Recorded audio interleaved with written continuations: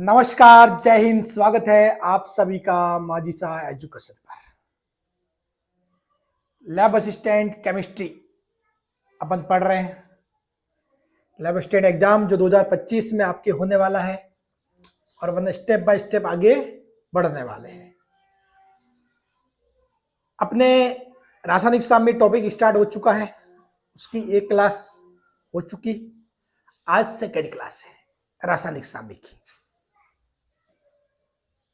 रासायनिक शास्त्र को अपन ने फर्स्ट क्लास में सारी बेसिक चीजें अच्छे से समझी थी कि भाई साम्य मतलब क्या होता है कि ऐसी स्थिति, अभिक्रिया की ऐसी स्थिति जब जो पक्ष अभिक्रिया की दर और अग्र अभिक्रिया की दर बराबर हो जाए, यानी कि जो अभिकारक से उत्पाद बनने की दर और उत्पाद से अभिकारक बनने की दर बराबर हो जाए। और उस स्थिति में क्या, इनकी सांद्रताएं स्थिर हो जाती है, यानी कि उनमें कुछ देखने योग्य परिवर्तन नहीं होता।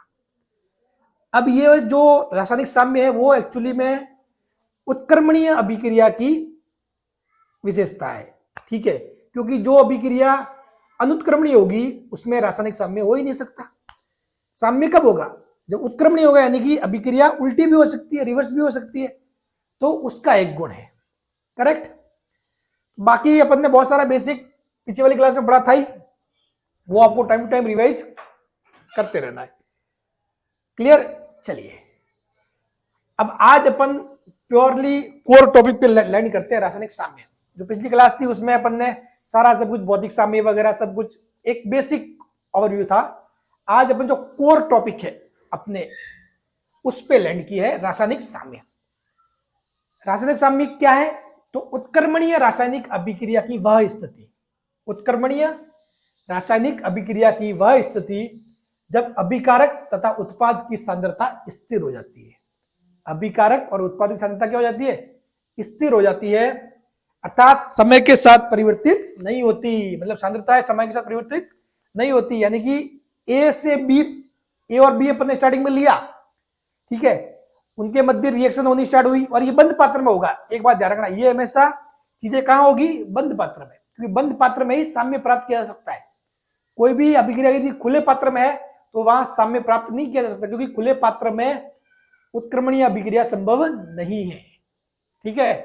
तो खुले पात्र में उत्क्रमणीय अभिक्रिया आपके नहीं होगी, साफ बात है, तो फिर वहां साम्य भी प्राप्त नहीं होगा। तो ये बंद पात्र में अभिक्रिया हो रही है। अब जो भी अपन रासायनिक साम्य की बात करेंगे वो आपको ये मान के चलना है कि अभिक्रिया कहां हो रही है? बंद पात्र में, ठीक है, जहां पर सारी चीजें नियत है। करेक्ट। ए बी मिलके क्या बना रहे हैं? सी एंड डी। तो स्टार्टिंग में आपने ए एंड बी लिया, ए एंड बी की मात्रा बढ़ेगी, बढ़ते बढ़ते बढ़ते बढ़ते वो क्या, ए और बी मिलके सी डी बनाएंगे। फिर जैसे सी डी बनेंगे तो सी डी मिलके वापिस ए एंड बी बनाएंगे। ये रिवर्स रिएक्शन भी स्टार्ट होगा।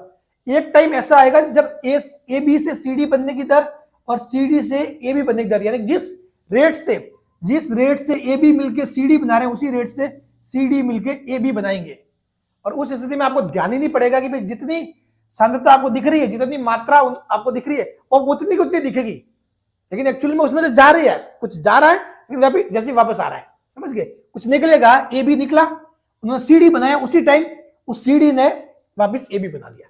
तो ये चीजें होती है, समझ गए? तो जो है ना, सांद्रता स्थिर हो जाती है। स्थिर मतलब उसमें परिवर्तन तो हो रहा है एक्चुअली में, ठीक है, जा रहा है फिर से आ रहा है, उसमें चीजें तो हो रही है, ठीक है, सांद्रता का घटना बढ़ना, लेकिन वो घटना और बढ़ना ऐसे एकदम से साथ में हो रहा है कि आपके लिए वो स्थिर है, अब देखने योग्य कोई परिवर्तन नहीं हो रहा है। यानी कि समय के साथ सांद्रता क्या है? परिवर्तित नहीं होती है, स्थिर हो जाती है। समझ गए? हाँ। कहने का मतलब ये हुआ कि स्टार्टिंग में सांद्रता है, ये समय है। स्टार्टिंग में आपके उत्पाद क्या थे? उत्पाद 0 थे, ठीक है, और आपके पास क्या था? अभिकारक था। धीरे धीरे ऐसी स्थिति आएगी कि अभिकारक घटेगा और एक स्थिति में आके ऐसे स्टेबल हो जाएगा। मतलब अभिकारक 0 नहीं होगा, अभिकारक 0 नहीं होगा, क्योंकि 0 तो होना ही नहीं है। 0 तो कब होगा? जब किस स्थिति में अभिकारक 0 हो जाएगा? ये अभिकारक पूरा का पूरा उत्पाद बन जाएगा। वो बन जाएगा आपके केवल और केवल अनुत्क्रमणीय अभिक्रिया में, जो पूरी हो जाती है, ठीक है। अनुत्क्रमणीय जो अभिक्रिया है उसमें आपने जो अभिकारक लिया वो पूरा का पूरा खत्म हो जाएगा और पूरा का पूरा उत्पाद बना देगा। समझ गए? हाँ। लेकिन यहाँ पे क्या हो रहा है? पूरा खत्म नहीं होगा, घटेगा, घटते घटते घटते एक स्थिति में आकर नियत रह जाएगा, ठीक है। ऐसे कुछ चीजें हो जाएगी। जैसे उत्पाद है तो उत्पाद बढ़ेगा बढ़ते बढ़ते एक स्थिति में आके नियत हो जाएगा। ठीक है, इसका ग्राफ यही नहीं, ग्राफ इसके 2-3 पॉसिबल है, वो अलग अलग वैल्यू पे डिपेंड करते हैं, इनको अपन आगे अच्छे से पढ़ेंगे। ठीक है ना, आगे जब अपने सामने नियतांक आएगा तो उसमें अपन इन चीजों को अच्छे से डिफाइन करेंगे। करेक्ट, अभी सिर्फ समझने के लिए मैंने आपको ग्राफ ये बताया है। तो भाई कहने का मतलब ये होगा कि ये अभिक्रिया कहां हो रही है, एक तो बंद पात्र में, ये ध्यान रखना, पात्र में सब क्या होगा, बंद पात्र होगा। ठीक, ए बी की दर क्या होगी, ए से बी बनाने की दर धीरे धीरे घटती है और सी से डी बनाने की दर धीरे धीरे बढ़ती है। ठीक है, ए बी की सांद्रता धीरे धीरे घटती है, सी डी की सांद्रता धीरे धीरे बढ़ती है। एक स्थिति ऐसी आती है जब दोनों की सांद्रता लगभग स्थिर हो जाती है। ठीक है, सांद्रता लगभग स्थिर हो जाती है और इनकी जो दर है वो भी स्थिर हो जाती है। दर यानी कि ए बी से सी डी बनाने की दर और सी डी से ए बी बनाने की दर। बात क्लियर? तो ये होता है आपके रासायनिक साम्य। सिंपल सी बात एक बार फिर से बोल दूं कि रासायनिक साम्य मतलब उत्क्रमणीय अभिक्रिया, उत्क्रमणीय अभिक्रिया जिसमें अपन अभिकारक से उत्पाद बनते हैं और उत्पाद से फिर से अभिकारक बन सकता है। तो उसमें एक स्थिति ऐसी आती है कि जब अभिकारक से उत्पाद बनाने की दर और उत्पाद से अभिकारक बनाने की दर समान हो जाती है, यानी कि अग्र अभिक्रिया की दर बराबर पश्च अभिक्रिया की दर। जिस वेग से अग्र अभिक्रिया चल रही है उसी वेग से पश्च अभिक्रिया चलती है। जिस वेग से अभिकारक उत्पाद बना रहे हैं उसी वेग से उत्पाद अभिकारक बना रहे हैं। समझ गए? और उनकी सांद्रताएं स्थिर हो जाती है, समय के साथ परिवर्तित नहीं होती, समय के साथ परिवर्तित नहीं होती। समझ गए? कोई देखने योग्य परिवर्तन नहीं होता साम्य स्थिति पर। करेक्ट? चलो पढ़ते हैं आगे। अब अपन बात करते हैं साम्य से संबंधित इंपोर्टेंट पॉइंट, रासायनिक साम्य से संबंधित इंपोर्टेंट पॉइंट्स के बारे में कि क्या क्या महत्वपूर्ण बातें हैं जो आपको जानना जरूरी है। पॉइंट नंबर 1, साम्यावस्था केवल बंद पात्र में ही प्राप्त कर सकते हैं। ये बात तो समझ गए, अपन ने पहले ही इस चीज को पढ़ा है कि साम्यावस्था केवल बंद पात्र में ही प्राप्त की जा सकती है। क्यों? क्योंकि साम्यावस्था किसका गुण है? उत्क्रमणीय अभिक्रिया की विशेष स्थिति है। और उत्क्रमणीय अभिक्रिया कब संभव है? वो सिर्फ बंद पात्र में संभव है, क्योंकि बंद पात्र में ही वो जब ताप दाब सारी चीजें नियत रख के चीजें करते हैं तो अभिकारक से उत्पाद और उत्पाद से अभिकारक बनते रहते हैं, वो प्रक्रिया चलती रहती है। ठीक है, वो प्रक्रिया चलती रहती है, कभी भी बंद नहीं होती। ठीक है, नहीं तो यदि खुले पात्र में रखोगे तो दाब अलग होगा, सब कुछ चीजें अलग होगी और फिर वो अभिक्रिया क्या पूर्ण हो जाती है, यानी सारे सारे जो अभिकारक है वो मिलकर उत्पाद बना लेते हैं, वापिस उत्पाद मिलकर अभिकारक नहीं बनाते। समझ गए? हाँ, तो साम्यावस्था केवल बंद पात्र में ही प्राप्त कर सकते हैं, साम्यावस्था केवल बंद पात्र में ही प्राप्त कर सकते हैं। करेक्ट? पॉइंट नंबर 1 हो गया क्लियर। साम्यावस्था उत्क्रमणीय प्रकृति की होती है। ये जो खुद जो साम्यावस्था है ना, वो खुद भी कैसी होती है? उत्क्रमणीय प्रकृति की होती है। कैसे? अर्थात साम्य किसी भी दिशा में प्राप्त किया जा सकता है। कहने का मतलब ये हुआ कि आपने पहले लिया ए बी को आपने एज ए अभिकारक लिया। ठीक है, तो ए बी मिलकर सी डी बनाएगा, धीरे धीरे ए बी की सांद्रता घटेगी, सी डी की सांद्रता बढ़ेगी, एक स्थिति में दोनों की सांद्रता स्थिर हो जाती है और ए बी से सी डी बनाने की दर और सी डी से ए बी बनाने की दर समान हो जाती है। ये तो कब हुआ? जब आपने इसको लिया अभिकारक और ये आपके उत्पाद बनाएगा। उल्टा भी हो सकता है क्योंकि ये उत्क्रमणीय है। ठीक है, ठीक है, उत्क्रमणीय है तो सीडी भी आप यदि अभिकारक के रूप में लो, यदि सीडी को आप अभिकारक के रूप में लो तो ए बी क्या हो जाएगा? आपके उत्पाद हो जाएगा। सीडी को आप अभिकारक के रूप में लो तो ए बी क्या हो जाएगा? आपके उत्पाद हो जाएगा, ए बी उत्पाद हो जाएगा। तो कहने मतलब यही हुआ कि भाई सीडी फिर क्या होगा? सीडी एज ए अभिकारक काम करेगा, ए बी आपका उत्पाद बन जाएगा। ठीक है, सीडी से ए बी बनाने की दर बराबर ए बी से सीडी बनाने की दर हो जाएगी। ठीक है, स्टार्टिंग में सीडी ज्यादा होगा, धीरे धीरे सीडी की सांद्रता घटेगी, ए बी की सांद्रता बढ़ेगी, ऐसे होगा। बस ये वाली बात है। तो यानी कि जो साम्यावस्था है ना, वो खुद भी कैसी होती है? उत्क्रमणीय प्रकृति की होती है। यानी कि साम्यावस्था पे अपन ए बी से सी डी बनाते हुए भी प्राप्त कर सकते हैं और अपन सी डी से ए बी बनाते हुए भी साम्यावस्था को प्राप्त कर सकते हैं। समझ गए? हाँ, ऐसा ही नहीं कि साम्यावस्था ए बी से सी डी बनाते हुए आएगी, नहीं, अपन सी डी से ए बी बनाते हुए भी साम्यावस्था प्राप्त कर सकते हैं, क्योंकि उत्क्रमणीय है। ये दिशा किसी, ये जो रिएक्शन है, अभिक्रिया किसी भी डायरेक्शन में हो सकती है। करेक्ट? ये वाली बात है। ओके, चलो अब एक एग्जांपल भी है आपके लिए कि भाई साम्यावस्था दोनों तरफ से स्थापित की जाती है। ये बात यही है, तीनों पर साम्यावस्था उत्क्रमणीय प्रकृति की होती है, अर्थात साम्य किसी भी दिशा में प्राप्त किया जा सकता है, यही बात है। और साम्यावस्था दोनों तरफ से स्थापित की जा सकती है, यानी कि ए बी से सी डी की तरफ जाओ या सी डी से ए बी की तरफ जाओ, दोनों दिशाओं में साम्य व्यवस्था प्राप्त की जा सकती है। मैंने एक एग्जांपल लिया है H2I2 और 2HI। कहने का मतलब ये हुआ कि इस रिएक्शन में ये चीजें देख रही है कि H2 का 1 मोल और I2 का 1 मोल मिलके HI के 2 मोल बना रहे हैं, HI के 2 मोल बना रहे हैं। तो अपन ने माना कि भाई स्टार्टिंग में 2 केस लिए अपन ने, ठीक है, 2 केस, इन दोनों केस सेपरेट सेपरेट, ठीक है, 2 केस लिए कि केस नंबर 1, दूसरा है केस नंबर 2। केस नंबर 1 में क्या है, प्रारंभ में अपन ने माना कि H2 के 2 मोल है, I2 के 2 मोल है और 2HI के 0। स्टार्टिंग में ये होगा, ये क्योंकि अपन ने इनको एज ए क्या लिया है, अभिकारक लिया है, इनको अभिकारक लिया है, स्टार्टिंग में उत्पाद 0 होगा। अब अभिक्रिया स्टार्ट हुई और अभिक्रिया स्टार्ट होके क्या होगा, साम्य अवस्था की प्राप्ति हो जाएगी। तो साम्य अवस्था की प्राप्ति में क्या होगा, इससे 1 मोल निकल गया, पीछे 1 रहा, इसमें से 1 मोल निकल गया, पीछे 1 रहा, इन दोनों का 1 मोल मिलके 2 मोल बना दिए, ठीक है। तो ये 1 1 2 साम्य अवस्था की स्थिति ये हो जाएगी। समझ गए? फिर से कह रहा हूं, देखो आगे अपन समझेंगे और भी आपको अच्छे समझ में आ जाएगा कि सर मोल 1 से 2 कैसे हुए। इस समीकरण को देखो, समीकरण खुद कह रही है कि इसका 1 मोल, इसका 1 मोल, ये दोनों मिलके HI के 2 मोल बना रहे हैं। समझ गए? आपके पास चीजें क्या है, आपके पास क्या क्या है, जो एलिमेंट्स है H2, I2 और HI, 3 एलिमेंट आपके पास है, ठीक है। तो इसका 1 मोल और इसका 1 मोल बना के इसके मिलके इसके 2 मोल बनाते हैं। ये आपकी रिएक्शन बोल रही है, खुद रिएक्शन बोल रही है, ठीक है। तो साफ बात है, आपने स्टार्टिंग में इनके 2 मोल लिए, ये 0 था, तो इसमें से 1 मोल निकल गया, यहां से 1 मोल निकल गया, इन दोनों के 1 मोल मिलके इन्होंने 2 मोल इसकी बना दिए। तो जो साम्य अवस्था पर स्थिति है ना, ये ऐसी हो जाएगी, साम्य अवस्था पर स्थिति ऐसी हो जाएगी, ठीक है। 1 1 2। आगे धीरे धीरे और चीजें समझ में आएगी क्लियरली। अब अपन ने माना केस नंबर 2 कि स्टार्टिंग में, प्रारंभ में ये भी 0 ये भी 0, अपन ने क्या किया, इस HI के 4 मोल ले लिए, HI के 4 मोल ले लिए, ठीक है। तो अपन ने इसके 4 मोल ले लिए, तो अपने को देखो यहां से एक बात समझ में आ रही है, अगर ये इस रिएक्शन को उल्टा देखे, सीधा सीधा देखे तो क्या होता है कि H2 I2 मिलकर 2HI बना रहा है। यदि उल्टा देखे तो 2HI H2 और I2 में टूट रहा है, यानी कि इसके 2 मोल H2 और I2 के 1 मोल बना रहे हैं, ठीक है। तो स्टार्टिंग में इसको 4 लिया, तो इसमें से अपन ने क्या लिया, 2 मोल मान लो निकल गया, तो इसके 2 मोल ने टूट कर इसका 1 मोल और इसका 1 मोल बना दिया। तो ये आपके साम्य अवस्था की स्थिति होगी। यानी कि कहना मतलब ये हुआ कि आपकी साम्य अवस्था किसी भी स्थिति से प्राप्त की जा सकती है। आपने यहां से लिया तब भी साम्य अवस्था ये प्राप्त होगी 1 1 2, और आपने उल्टा प्रोसेस किया तब भी साम्य अवस्था ये होगी, ठीक है। अब जैसे कि यही अभिक्रिया मान लो, इसी अभिक्रिया को आप खुले पात्र में ले लेते, अभी मैं आपकी सारी चीजें करता हूं क्लियर।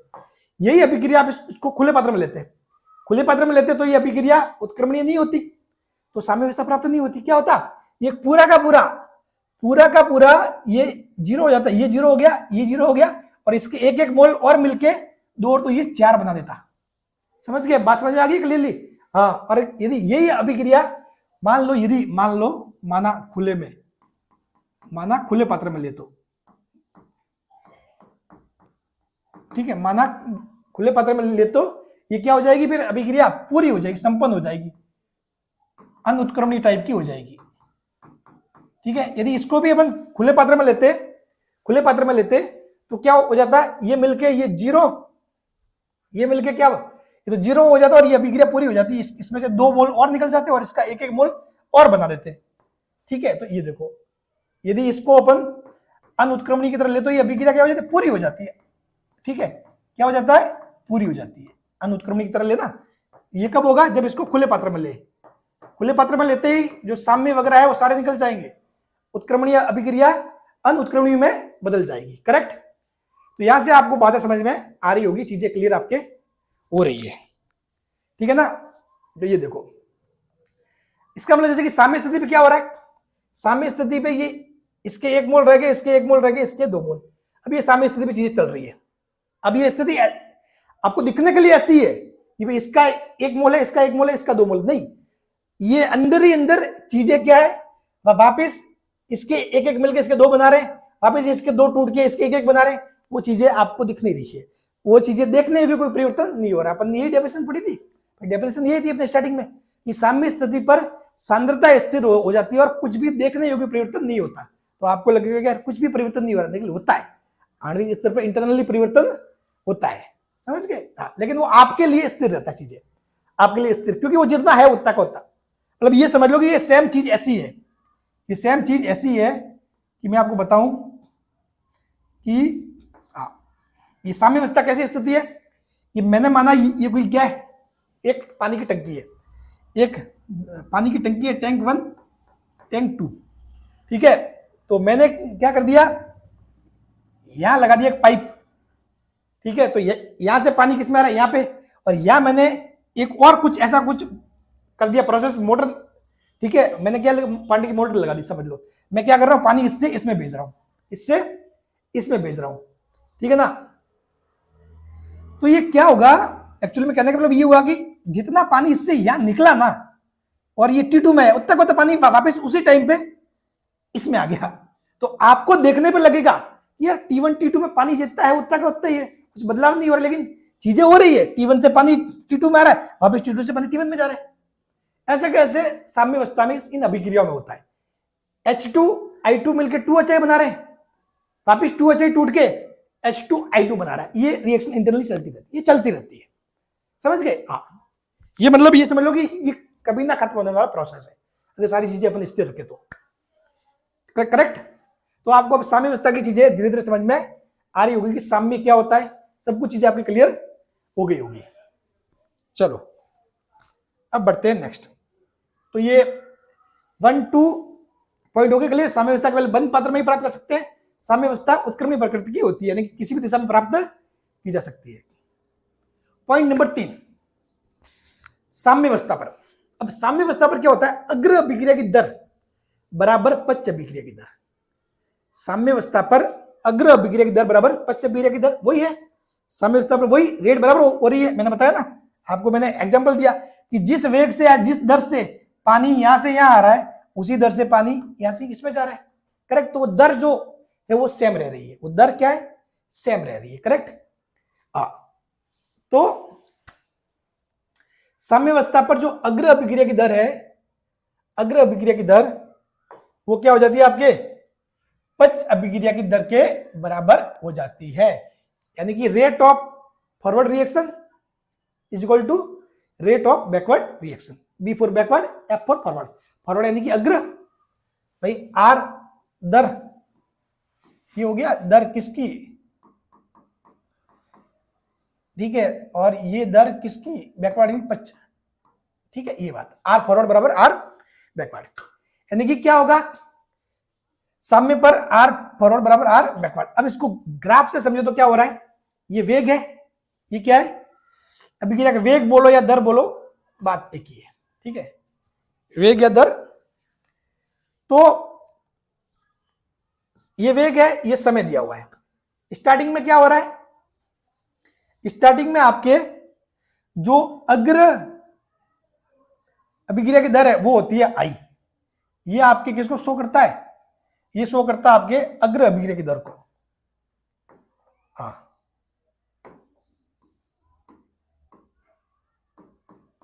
अग्र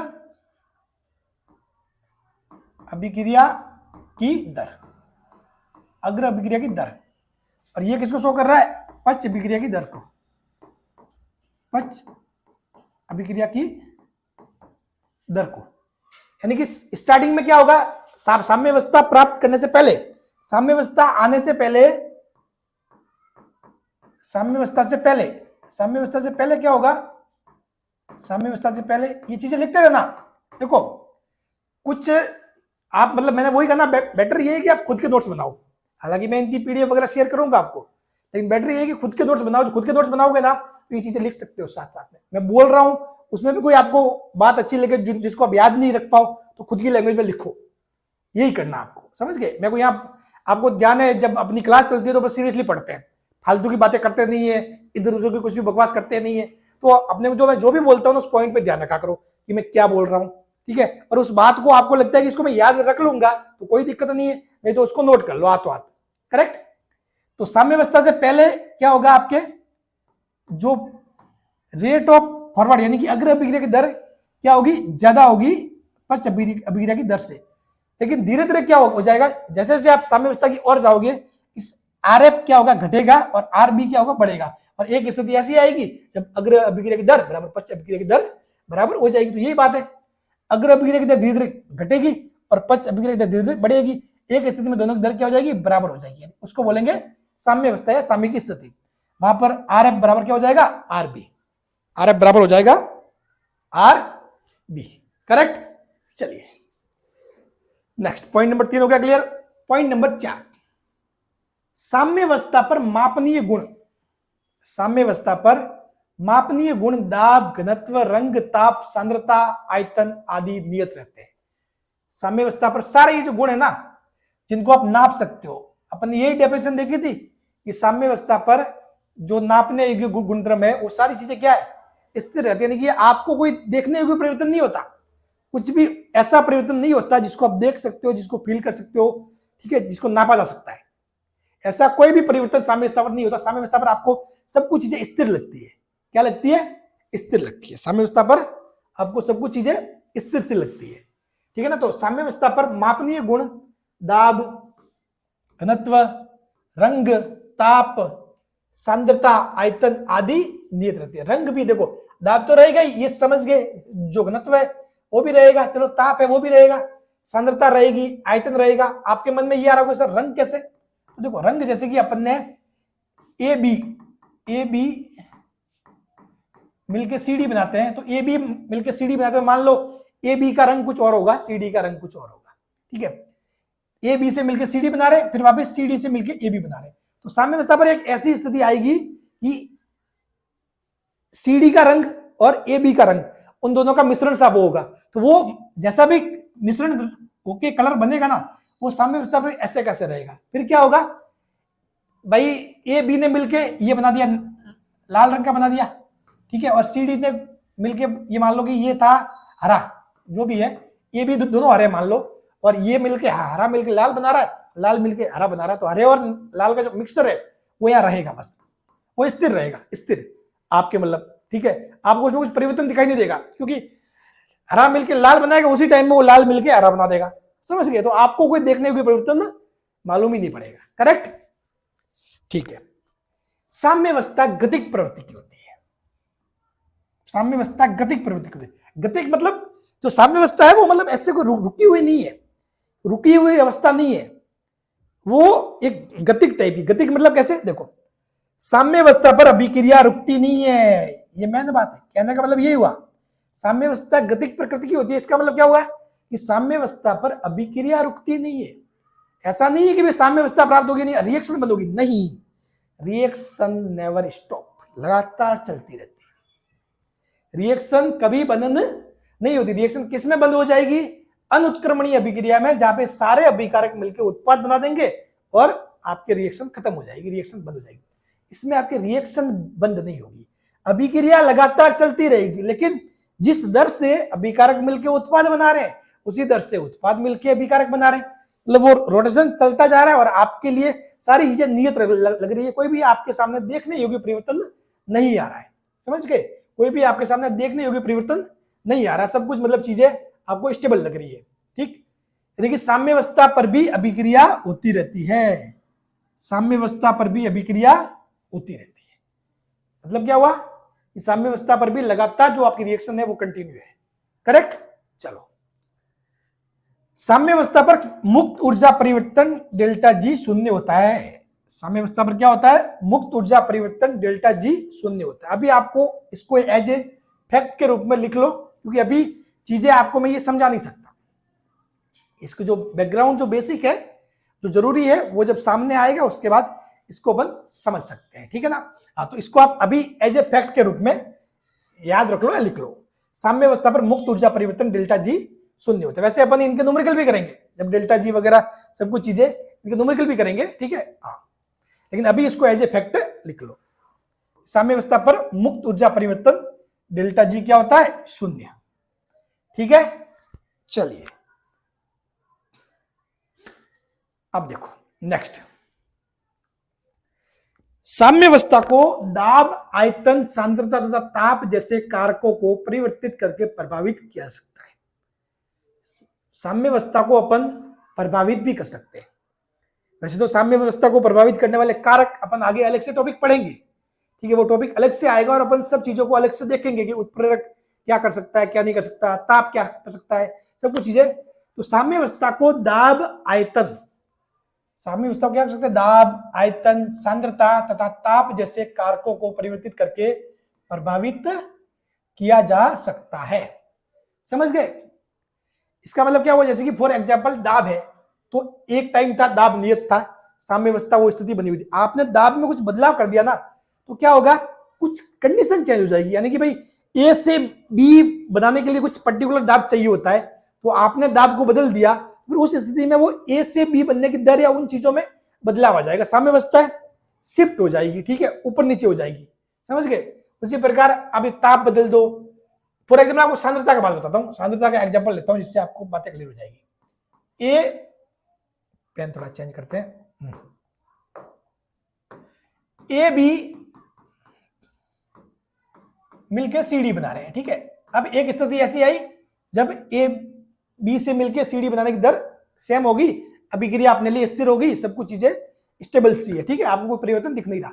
अचानक आपने क्या किया, आपने इस अभिक्रिया में थोड़ा सा ए और मिला दिया, ए की मात्रा थोड़ी सी शामिल कर ली। जैसे आपने एक्स्ट्रा शामिल कर लिया ए की मात्रा, तो साम्यावस्था प्रभावित हो जाएगी। साम्यावस्था क्या हो जाएगी, प्रभावित हो जाएगी, क्योंकि एक्स्ट्रा अभिकारक आ गया, एक्स्ट्रा अभिकारक आ गया, बाहर से आपने डाल दिया, ठीक है, ये कोई बाहरी कारक हो जाएगा, क्या हो जाएगा, बाहरी कारक, ठीक है।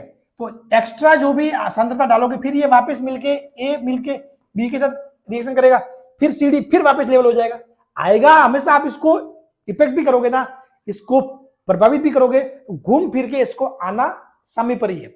इन अभिक्रिया को घूम फिर के तो साम्य पे आना ही है, लेकिन वो एक बार के लिए डिस्टर्ब हो जाएगी, एक बार के लिए अभिक्रिया डिस्टर्ब हो जाएगी, साम्यावस्था से हट जाएगी, लेकिन वापस घूम फिर के वो साम्यावस्था पर ही आएगी, ठीक है। तो कहने का मतलब ये हुआ कि भाई साम्यावस्था को आप दाब, आयतन, सांद्रता तथा ताप जैसे कारकों को परिवर्तित करके प्रभावित कर सकते हो, किया जा सकता है। लेकिन आपने यदि इसको प्रभावित भी कर दिया, तो देखो, यदि किसी साम्य को साम्यावस्था से विचलित कर दिया, यानी कि इन्हीं चीजों को चेंज करके आपने क्या किया, विचलित कर दिया, उसको प्रभावित कर दिया, तो भी यह लगातार अपनी मूल अवस्था की ओर वापस अग्रसर होता है। यानी कि ऐसा नहीं कि आपने ताप बदल दिया तो साम्यावस्था कभी आएगी नहीं, या फिर आपने आयतन बदल दिया तो साम्यावस्था कभी आएगी नहीं, एक बार के लिए साम्यावस्था हट जाएगी, फिर से वापस वो चीजें लेवल होना स्टार्ट हो जाएगी, फिर से वापस वो लेवल होना स्टार्ट हो जाएगी। वही पानी की टंकी वाला एग्जाम्पल देखो अपने, ठीक है, अपने जो पानी की टंकी वाला जो एग्जाम्पल लिया कि भाई ये T1 T2 था, चीजें चल रही थी, यहां से जितना पानी यहां आ रहा था उतना पानी यहाँ डाल रहे थे, आपको सब कुछ लेवल लग रहा था, ठीक है। अब आपको पहले लग रहा था कि भाई पहले ये कितना था, इसमें मान लो कि 5 लीटर था, ठीक, और इसमें आपको दिख रहा था 7 लीटर, ठीक है, ये आपको लेवल लग रहा था। अब मैंने क्या कर दिया, मैंने अचानक इसमें 3 लीटर ऊपर से बाहर से डाल दिया, एकदम से डाल दिया, तो क्या होगा, साम्यावस्था डिस्टर्ब हो जाएगी, फिर दूसरा बैलेंस सेट होगा वापस कोई, ठीक है, मान लो बैलेंस सेट हो गए, जो भी हो उसका कह नहीं सकते क्या सेट होगा, लेकिन मान लो नया वाला बैलेंस सेट हो गए, ये बन गया 8 और ये बन जाता 7, ठीक है। तो फिर इसकी साम्यावस्था की जो स्थिति है ना, जो कंडीशन, वो चीजें चेंज हो जाएगी, वैल्यू चेंज हो जाएगी सारे, ये फिर आपको 7 लीटर पे स्टेबल दिखेगा, ये आपको 8 लीटर पे स्टेबल दिखेगा, समझ गए। लेकिन साम्यावस्था बाद में भी प्राप्त हो जाएगी, साम्यावस्था वो आएगी, वापस आएगी, ठीक है, लेकिन एक बार के लिए डिस्टर्ब हो जाएगा मामला, एक बार के लिए डिस्टर्ब हो जाएगा, समझ गए, फिर से वही रूटीन ऐसा हो जाएगा, समझ गए, ये वाली बात। आपने और कुछ मिला दिया पानी, तो और साम्यावस्था डिस्टर्ब हो जाएगी थोड़ी टाइम के लिए, लेकिन फिर से वही बन जाएगा रोटेशन, जितना पानी आपको यहाँ दिखेगा उतना का उतना पानी, मतलब उतनी को स्थिति यहाँ बन जाएगा स्टेबल, और ये भी आपको स्टेबल दिखेगा, यहाँ जितना है उतना का उतना दिखेगा, यहाँ जितना है उतना का उतना दिखेगा। मतलब कहने का मतलब ये होगा, साम्यावस्था का मतलब ये नहीं हुआ कि इसमें जितनी चीजें हैं या उसकी जितनी सांद्रता है उतनी उतनी इसकी भी जानी होनी चाहिए, वो जरूरी नहीं है। इसकी जितनी है, इसकी 7 है तो 7 नियत रहेगी, इसकी 8 है तो इसकी 8 नियत रहेगी, बात समझ रहे हो। मतलब ए बी से मिलके सी डी बना रहे हैं, तो साम्यावस्था पर सांद्रता स्थिर होने का मतलब ये नहीं है कि ए बी की सांद्रता बराबर सी डी की सांद्रता, ये जरूरी नहीं है, हो सकता है किसी कंडीशन में, लेकिन जरूरी नहीं है। जरूरी ये है कि आपको इसकी सांद्रता मान लो x दिखाई दे रही है और इसकी सांद्रता y दिखाई दे रही है, तो साम्यावस्था पर वो सांद्रता इसकी एक्स ही बनी रहेगी और इसकी वाई ही बनी रहेगी, इसमें कोई बदलाव नहीं होगा। आपने यदि इसमें कुछ बदलाव कर दिया या आपने इसको कुछ छेड़छाड़ कर दी और इसको बाहर से कोई चीजें डाल के इसकी सांद्रता कर दी x1, तो क्या होगा, साम्यावस्था डिस्टर्ब हो जाएगी। साम्यावस्था डिस्टर्ब होगी, फिर से साम्यावस्था पे आएगा तो इसकी भी बदलेगी, इसका y1 हो जाएगा। फिर से उस साम्यावस्था पे फिर आपको x1 स्टेबल दिखेगा और y1 आपको स्टेबल लगातार दिखेगा। समझ गए? हाँ, ये वाली बात है। तो साम्यावस्था पर सांद्रता स्थिर हो जाती है। इन दोनों की सांद्रता बराबर होना जरूरी नहीं है, ठीक है। स्थिर यानी x है तो आपको x ही दिखाई देगी, y है तो y इसकी बनी रहेगी, करेक्ट। इसकी x बनी रहेगी, इसकी y बनी रहेगी। ओके, तो मैं समझता हूं कि आपको ये चीजें समझ में आ गई होगी। बाकी जो पॉइंट्स मैंने बोले हैं, क्योंकि एक ही पॉइंट्स को बार बार बोलने से मतलब है नहीं, मैंने जो बोले हैं उनको आप पीछे जाके भी देख सकते हो, रिवर्स करके भी थोड़ा सा 10 सेकंड पीछे जाके भी वो देख सकते हो, ठीक है। हाँ, तो यहां से बात समझ में आ गई भाई, किसी साम्य को साम्यावस्था से विचलित कर दे, कुछ भी चेंज करके, ठीक है, ताप दाब आयतन कुछ भी चेंज करके विचलित करते हैं, तो भी ये लगातार अपनी मूल अवस्था की ओर वापस अग्रसर होता है। तो भी ये क्या हो जाएगा, लगातार अपनी मूल अवस्था की ओर वापस अग्रसर होता है, करेक्ट, ठीक है। एक चीज आती है उत्प्रेरक। उत्प्रेरक आप सभी को पता है, अपन अभिक्रिया में मिलाते हैं तो उत्प्रेरक साम्य तक पहुंचने की दर को प्रभावित करता है। वैसे अपन इसको डिटेल में पढ़ेंगे आगे, लेकिन अभी एक शॉर्ट में देख लेते चीजें। उत्प्रेरक साम्य तक पहुंचने की जो दर है ना, दर को प्रभावित करता है, लेकिन साम्य की अवस्था को प्रभावित नहीं करता। साम्यावस्था जल्दी स्थापित हो जाती है। साम्यावस्था क्या हो जाती है, जल्दी स्थापित हो जाती है। कहने का मतलब ये हुआ कि उत्प्रेरक आपने मिला दिया तो उत्प्रेरक आपके साम्य की अवस्था को प्रभावित नहीं करता, ठीक है। उत्प्रेरक क्या करेगा, साम्य तक पहुंचने की दर को प्रभावित करता है, अर्थात साम्यावस्था जल्दी स्थापित हो जाती है। उत्प्रेरक क्यों मिलाते हो, ये अभिक्रिया जल्दी हो, अभिक्रिया जल्दी हो, यानी कि ए बी मिलके सी डी बना रहे हैं, ठीक है। तो आपने उत्प्रेरक मिला दिया तो पहले जो ए बी से सी डी बनने की दर थी वो मान लो कुछ भी थी, 10 थी, तो आप जैसे आपने उत्प्रेरक मिलाया तो ए बी से सी डी बनने की दर 10 से 20 होगी, 30 होगी, ठीक है। जितना उसने तेज किया उतनी होगी, यानी कि वो उत्प्रेरक क्या करता है, अभिक्रिया को तेज कर देता है, ठीक है। लेकिन जो साम्यावस्था की स्थिति को परिवर्तित नहीं करता है, साम्यावस्था की स्थिति को परिवर्तित नहीं करता, समझ गए। वो सिर्फ अभिक्रिया की दर को प्रभावित करता है। उत्प्रेरक साम्य तक पहुंचने की दर को प्रभावित करता है। वैसे आगे अपन उत्प्रेरक का इफेक्ट डिटेल में भी पढ़ने वाले हैं, करेक्ट। चलिए,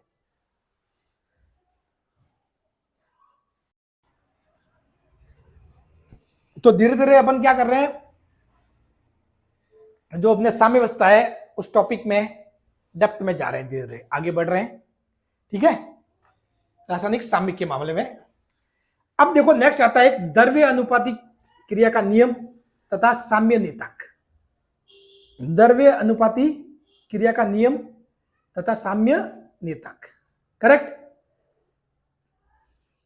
इस टॉपिक को अपने को पढ़ना है। वैसे ये वाला जो अपन ने लिखा ना, ये इंपॉर्टेंट पॉइंट, ये मतलब ये वही है, रासायनिक साम्य की विशेषता है। ये सारी क्या रासायनिक साम्य की विशेषता लिख सकते हो या उससे संबंधित इंपॉर्टेंट पॉइंट, ठीक है ना। हाँ, रासायनिक साम्य की विशेषता, करेक्ट, या फिर जो भी इंपॉर्टेंट पॉइंट है रासायनिक साम्य से संबंधित, ठीक है। चलो, मैं उम्मीद करता हूं कि नोट्स आप साथ साथ बना रहे हो और मस्त मतलब चीजें लिखते रहना। मैं आपको सब कुछ चीजें सेटलमेंट के हिसाब से बता रहा हूं, क्या पहले पढ़ना है, क्या बाद में पढ़ना है, ठीक है, कैसे लिखना है, क्या क्या पॉइंट जरूरी है, सारी चीज मैं आपको लिखवा रहा हूं, ठीक है। और आपको नोट्स बनाने हैं। नोट्स का मतलब हमेशा ऐसे ध्यान में रखना कि एकदम से सुंदर सा सजा हुआ मतलब ऐसी कोई चीज होनी चाहिए नहीं, कभी ये थॉट मत रखना। नोट्स मतलब आपके खुद के नोट्स है, आप उनको वापस उठा के देखो तो आपको समझ में आ जाएगी सर ने क्या बताया, कहाँ लिखा हुआ, कैसे। आपको ऐसा कोई जरूरी नहीं कि जमा जमा के लिखना है, ये जमाने वमाने में टाइम वेस्ट नहीं करना है, ध्यान रखना। जमा जमा के लिखना वगैरह ऐसे कुछ भी मतलब इस टाइप की चीजों में टाइम वेस्ट नहीं करना है।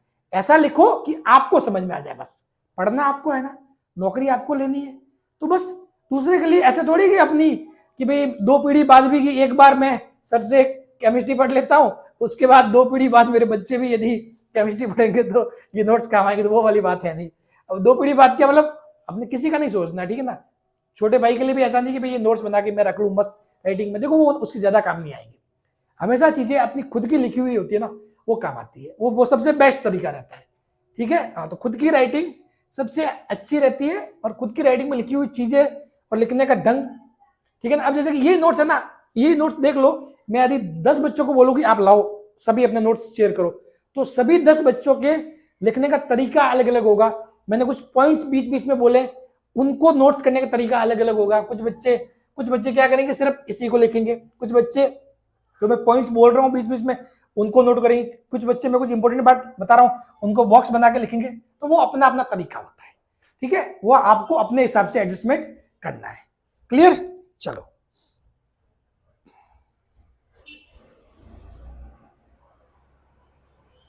अब आते हैं द्रव्य अनुपाती क्रिया का नियम तथा साम्य नियतांक। अब बहुत ही इंटरेस्टिंग टॉपिक है, मजा भी आएगा। जैसे जैसे आगे बढ़ेंगे ना तो मतलब मजा आएगा, क्योंकि अब तक अपन क्या कर रहे थे, बेसिक स्ट्रॉन्ग कर रहे थे, पिलर अपना स्ट्रॉन्ग हो रहा था। ठीक है, अब देखो द्रव्य अनुपाती क्रिया का नियम क्या कह रहा है। ये नियम सारे सब कुछ एक्सपेरिमेंट वगैरह करने के बाद आते हैं। ठीक है, जो 2 साइंटिस्ट है शायद गुलबर्ग और बाजे, ऐसा उनका कोई नाम आपको याद रखने की जरूरत है नहीं। ठीक है, मैं बता देता हूं, और उनको कोई लिखने की भी जरूरत नहीं। ऐसा नहीं कि भाई आपको कभी ये नहीं पूछा जाएगा कि मतलब इससे संबंधित जो वैज्ञानिक है, ठीक है, जहां इंपॉर्टेंट होगा, जहां मुझे लगेगा जिनको जानना जरूरी है उनको मैं लिखवा दूंगा, उसकी टेंशन आप मत लो। ठीक है, तो इस नियम के अनुसार रासायनिक अभिक्रिया की जो दर है, इस नियम के अनुसार रासायनिक अभिक्रिया की जो दर है वो अभिकारकों की मोलर सांद्रताओं, वो अभिकारकों की मोलर सांद्रताओं के सीधे समानुपाती होती है। रासायनिक अभिक्रिया की दर अभिकारकों की मोलर सांद्रताओं के सीधे समानुपाती होती है। अब उसमें विशेष कंडीशन क्या है, दिए गए समय और स्थिर ताप पर। एक तो क्या, ताप स्थिर होना चाहिए, एक तो क्या है, स्थिर ताप पर, यानी ताप स्थिर होना चाहिए, और दिए गए समय, यानी कि आपने किसी समय t बराबर x पर, t बराबर x सेकंड पे पूछा है, तो x सेकंड के लिए पर जो उसकी सांद्रता होती है उनके समानुपाती होगा। यदि आपने t equal to y second पे पूछा है तो t बराबर y सेकंड पे जो उनके सांद्रता है उनके समानुपाती होगा। समझ गए? तो दिए गए समय और स्थिर ताप, ये 2 कंडीशन फिक्स होनी चाहिए कि उस समय पर और उस ताप पर ये वाला जो रासायनिक अभिक्रिया दर अभिकारकों की मोलर सांद्रता को सीधे समानुपाती होती है। करेक्ट? धीरे धीरे और बात समझ में आएगी। मोलर सांद्रता एक चीज है जो आपको मोल कॉन्सेप्ट तो आपने पढ़ा ही होगा, वैसे मोल कॉन्सेप्ट अच्छा टॉपिक भी है, आपको पता होना चाहिए चीजें, मोल वगैरह क्या होता है। वैसे तो मतलब मैं थोड़ा सा बता देता हूं, हालांकि बहुत सारी बातें हैं इसमें, अगर किसी को थोड़ा बहुत डाउट है जैसे, तो मैं उम्मीद करता हूं कि आपको पता होना चाहिए चीजें, लेकिन एक बेसिक चीज मैं बता देता हूं। अधिकतर को क्या है, मोल वगैरह नाम सुनते ही उनको मतलब जो घबराहट होती है कि यार मोल क्या होगा। देखो मोल कुछ नहीं है, जिस प्रकार अपन बोलते हैं कि एक दर्जन में कितने होते हैं, 12। भाई अपन ने बोल दिया कि 1 दर्जन केले, तो यानी कि क्या हो गया, 12 केले। अब आप 12 केले बोलो या 1 दर्जन बोलो, बात यही है। 1 दर्जन केले बोलो तो भी बात वही है, और 12 केले बोलो तो भी बात वही है। तो मोल क्या होता है एक्चुअली में, मोल एक संख्या है जिसको बोलते हैं आवोगाद्रो संख्या, ये होता है 6.023 इंटू 10⁻23। ये संख्या है, नंबर है, इतने, यानी कि इसका मतलब ये हुआ कि इतने जो अणु या एटॉम जो भी कहो, इनको अपन एक साथ क्या बोलते हैं, मोल बोल देते हैं। इसको एक साथ मोल बोल देते हैं, समझ? क्योंकि आपको पता है भाई कि जो भी पदार्थ वगैरह कुछ भी लिया, ठीक है, तो एक पदार्थ के अंदर कि भाई कितने अणु है, परमाणु तो बहुत सारे होते हैं। आप ऐसे थोड़ी बोलोगे इसमें 1 लाख अणु है, समझ गए? आपने क्या कर दिया, उस 1 लाख को नाम दे दिया। तो इसी प्रकार अपने 6 × 023 इंटू 10⁻23 को एक नाम दे दिया कि ये क्या, मोल है।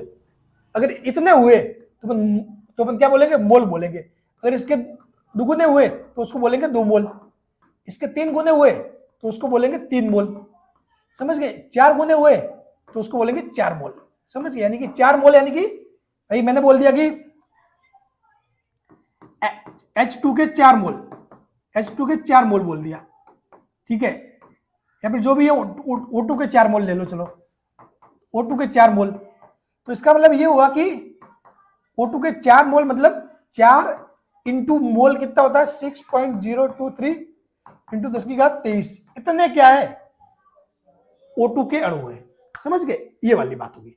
कहने का मतलब ये हुआ कि मैंने बोल दिया कि 4 दर्जन केले, 4 दर्जन केले, तो कहने का मतलब क्या हुआ 4 इंटू 12 केले, ये वाली बात है।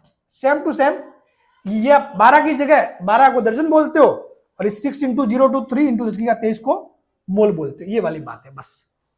इससे ज्यादा और कुछ नहीं, इससे ज्यादा और कुछ भी नहीं है। चीजें होगी क्लियर? ठीक है, ये बेसिक सा था। बाकी यदि आप लोग कहोगे, वैसे बहुत सारी चीजें आएगी मोलर सांद्रता वगैरह, तो वो आपके काम ही आएगी। अगर आप कहो तो मतलब एक क्लास में ऐसी बना दूं जिनमें इन सारी चीजों को थोड़ा थोड़ा लगे मैं समझा दूं, ताकि जो भी कुछ भी नाम आए आगे, जैसे मोल बिंदु हुआ, मोलर सांद्रता, तो वो आपको ज्यादा दिक्कत नहीं आएगी। ठीक है, हाँ। और बाकी के सब की हम देख लेंगे कि थोड़ा बहुत क्या चीजें हैं जहां पे आपको, वैसे तो मैं समझा ही दूंगा थोड़ा बहुत, जहां पे आपको डाउट लगे कि सर हम देख लेंगे, हम कर लेंगे, तो कोई दिक्कत नहीं, वो आप भी मतलब अपने हिसाब से चीजें देख लेना। कुछ भी जैसे कि नया नाम आए आपको पता नहीं है तो सर्च कर सकते हो, ठीक है, और पढ़ लेना उसके बारे में थोड़ा बहुत। तो आप मेरे को बता देना, आप बोलोगे तो मैं एक क्लास में बता दूंगा ऐसी कुछ, जिसमें इन सब पॉइंट्स को शामिल कर लूंगा, ताकि जिनके खास तौर पर जिनका बेसिक वीक है ना, जिनको नहीं पता चीजें मोल वगैरह क्या होता है, तो वो समझ जाएंगे। करेक्ट? तो जो मोलर सांद्रता होती है वो क्या होती है, मोल प्रति लीटर, मोल प्रति लीटर, समझ गए? अर्थात प्रति लीटर में मोलों की संख्या। इसे व्यक्त करने के लिए पदार्थ के सूत्र को कोष्टक में लिखते हैं। पदार्थ के सूत्र को क्या करते हैं, इस बड़े कोष्टक में लिखते हैं। कहने का मतलब ये हुआ कि मोल प्रति लीटर, जैसे कि भाई एक पानी है, जल है, जल है, जल क्या होता है H2O, H2O। अब आपने क्या ले लिया, 1 लीटर पानी ले लिया, आपके पास क्या है 1 लीटर पानी है। अब उस 1 लीटर पानी में ऐसा थोड़ी है कि H2O का जो अणु है, भाई पानी किससे मिलकर बना है, H2O के अणु से मिलकर बना है। पानी जो वाटर है वो H2O के अणु से मिलकर बना है। अब इस 1 लीटर जो पानी लिया है उसमें H2O के कितने अणु होंगे, और बहुत सारे होंगे। तो 1 लीटर पानी में H2O के तो बहुत सारे अणु होंगे, ठीक है। तो उन अणुओं को लाखों में वगैरह ऐसे थोड़ी लिखोगे इसमें 10 लाख अणु है, नहीं ऐसे नहीं लिखोगे। उसको फिर आप मोल की फॉर्म में लिखोगे, ठीक है। उसको आप मोल की फॉर्म में, कि आपने मान लिया x, इसमें कि 1 लीटर पानी में x मोल है, ठीक है। 1 लीटर पानी में H2O के x मोल है, तो x क्या हो जाएगी, इसकी सांद्रता। x क्या हो जाएगी, सांद्रता। सांद्रता यानी कि मोल प्रति लीटर, x मोल पर लीटर। बात क्लियर, समझ में आ गई? तो जो रासायनिक अभिक्रिया की दर है वो दिए गए समय और स्थिर ताप पर अभिकारकों की मोलर सांद्रता के सीधे समानुपाती होती है। करेक्ट?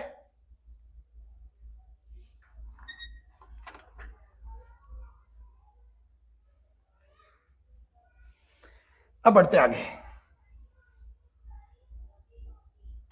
माना एक उत्क्रमणीय अभिक्रिया, माना एक उत्क्रमणीय अभिक्रिया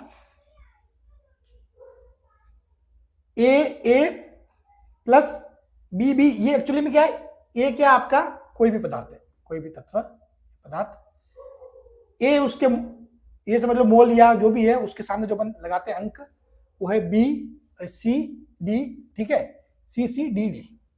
ये अभिक्रिया कब दी हुई है, नियत ताप पर। ये अभिक्रिया कब दी हुई है, नियत ताप पर, ठीक है। अब देखो इस रिएक्शन को अपन द्रव्य अनुपाती क्रिया नियम के अनुसार कैसे लिखेंगे। द्रव्य अनुपाती क्रिया नियम के अनुसार इसको आप कैसे लिखोगे, तो इसको आप द्रव्य अनुपाती क्रिया नियम के अनुसार कैसे लिखोगे, अग्र अभिक्रिया की दर, अग्र अभिक्रिया की दर वो क्या हो जाएगी, इस द्रव्य अनुपाती क्रिया नियम के अनुसार किसके समानुपाती होती है, मोलर सांद्रताओं के। तो जो ए की सांद्रता अपन ने क्या ले ली, मैंने माना जो ए की सांद्रता है, ए है, उसकी सांद्रता क्या है, ए की सांद्रता ये हो गई, ठीक है। बी की सांद्रता क्या हो जाएगी, ये। सी की सांद्रता कोष्टक सी में, और डी की सांद्रता कोष्टक डी में। तो अपन द्रव्य अनुपाती क्रिया नियम के अनुसार ऐसे लिखेंगे, अग्र अभिक्रिया की दर समानुपाती ए की सांद्रता, ये ए इसके स्कोर में लग जाएगा घात में, ठीक है। बी की सांद्रता ठीक है, इसका जो भी गुणांक है, जो भी मोल है, वो आप बी यहां लगा दो। ठीक है, ये हो जाएगी आपकी अग्र अभिक्रिया की दर बराबर, सॉरी समानुपाती, ये कंडीशन बन जाएगी। अब देखो इसमें आगे क्या, जब आप समानुपाती नियतांक हटाओगे, आपको पता है हमेशा जब भी कोई समानुपाती नियतांक वगैरह हटाते हैं तो कुछ ना कुछ और आता है चीजें। इस समानुपाती निशान को हटाते हो तो जब कुछ ना कुछ क्या आता है, कुछ ना कुछ नियतांक आता है, कुछ ना कुछ का क्या आता है, नियतांक आता है। तो जब आप ये समानुपाती हटाओगे तो ये हो जाएगा बराबर के एफ ए बी बी, यानी कि ए की सांद्रता की घात ए और बी की सांद्रता की घात बी, जहां पे आर एफ क्या है, अग्र अभिक्रिया की दर। आर एफ क्या है, अग्र अभिक्रिया की दर। और आपके के एफ क्या है, के एफ एक्चुअली में अग्र अभिक्रिया का वेग नियतांक है। ये वेग नियतांक कब आया, जब आपने समानुपाती वाले जो चिन्ह है इसको हटाया तो ये क्या आ जाएगा, कुछ ना कुछ नियतांक आता है। आपको पता है कि भाई जब भी अपन समानुपाती वगैरह कुछ भी उसको हटाते हैं तो कुछ ना कुछ नियतांक फिक्स नंबर्स आते हैं। ठीक है, तो वो आपके हो जाएगा के एफ बराबर ए और बी बी, ये आपकी कंडीशन बन जाएगी, ये आपकी कंडीशन बन जाएगी। करेक्ट। चलो, तो माना एक उत्क्रमणीय अभिक्रिया, और अपन ने लिखा किस नियम से, इसी नियम से, इसी नियम से रासायनिक अभिक्रिया की दर अभिकारकों की मोलर सांद्रता को सीधे समानुपाती होती है। तो किसकी, अभिकारकों की। तो अपन ने क्या लिया यहां पर, अभिकारक लिए हैं। ठीक है, तो अपने क्या है, अग्र अभिक्रिया की दर लिख रहे हैं, तो अपन ने क्या ले लिया, ये वाले हो गए आपके अभिकारक, क्योंकि अग्र अभिक्रिया की स्थिति में अभिकारक कौन होंगे, ये होंगे। ठीक है, और आपके ये वाली कंडीशन बन जाएगी, ये वाली समीकरण बन जाएगी, R F is equal to K F A B B, जहां पे आर एफ क्या है, अग्र अभिक्रिया की दर। ठीक है, चलो अब आपको पता है चूंकि ये उत्क्रमणीय अभिक्रिया है, इसमें ये अभिकारक मिलके उत्पाद बना रहे हैं, तो वापस उत्पाद मिलके अभिकारक बनाएंगे।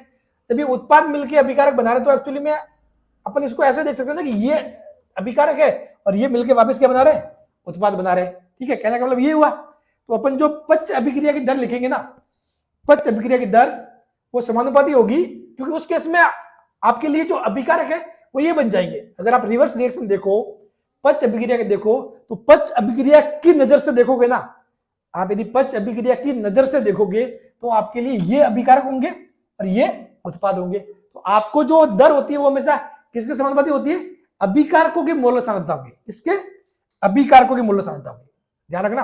तो दर है वो अभिकारकों की मोलर सांद्रता के समानुपाती होती है। ठीक है ना, तो उस केस में क्या हो जाएगा, फिर पच्च अभिक्रिया की जो दर है वो सी और डी, ये कंडीशन बन जाएगी। यहां पे भी आप जो समानुपाती वाला चिन्ह हटाओगे तो बराबर क्या आ जाएगा, के बी आ जाएगा, जहां पर के बी क्या है, के बी क्या हो जाएगा आपके, यहां पर जिस प्रकार ये के एफ अग्र अभिक्रिया का वेग नियतांक है, उसी प्रकार यहां पे के बी क्या हो जाएगा, पच्च अभिक्रिया का वेग नियतांक, पच्च अभिक्रिया का,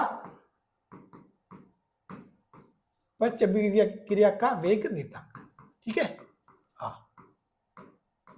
पच्च अभिक्रिया का वेग नियतांक हो जाएगा।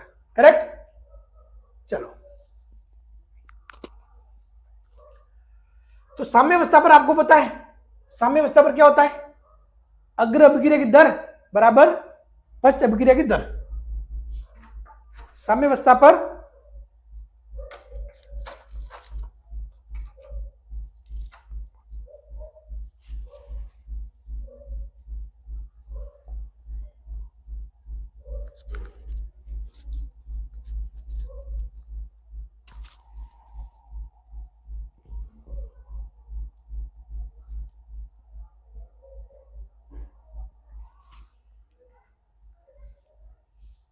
तो साम्य अवस्था पर क्या होता है, आपके जो अग्र अभिक्रिया की दर है वो पच्च अभिक्रिया की दर के बराबर हो जाती है। तो यानी कि दोनों समीकरण R F is equal to R B, दोनों समीकरणों को बराबर करोगे तो पहली समीकरण क्या है, एक तो कंडीशन ये बन गई और एक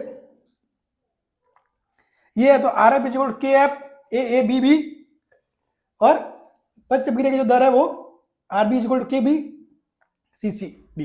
तो R F is equal to R B, इन दोनों को बराबर कर दिया आपने, इन दोनों को बराबर करो तो ये के बी क्या हो जाएगा, डिवाइड में चला जाएगा, और ये इस साइड हो जाएगा भाई, ठीक है, ये इस साइड भाग में चला जाएगा और ये यहां भाग में आ जाएगा। तो क्या हो जाएगा, के एफ अपॉन के बी। के एफ क्या आपके अग्र अभिक्रिया का वेग नियतांक, के बी क्या है पश्च अभिक्रिया का वेग नियतांक, और ये C C D D A B B. अब के एफ अपॉन के बी को लिखते हैं अपन के सी। सबसे मेन बात, के एफ अपॉन के बी को अपन क्या लिखते हैं, के सी, जहां पे के सी क्या है एक्चुअली में साम्य स्थिरांक या नियतांक। इसको आप क्या बोल सकते हो, के सी को साम्य स्थिरांक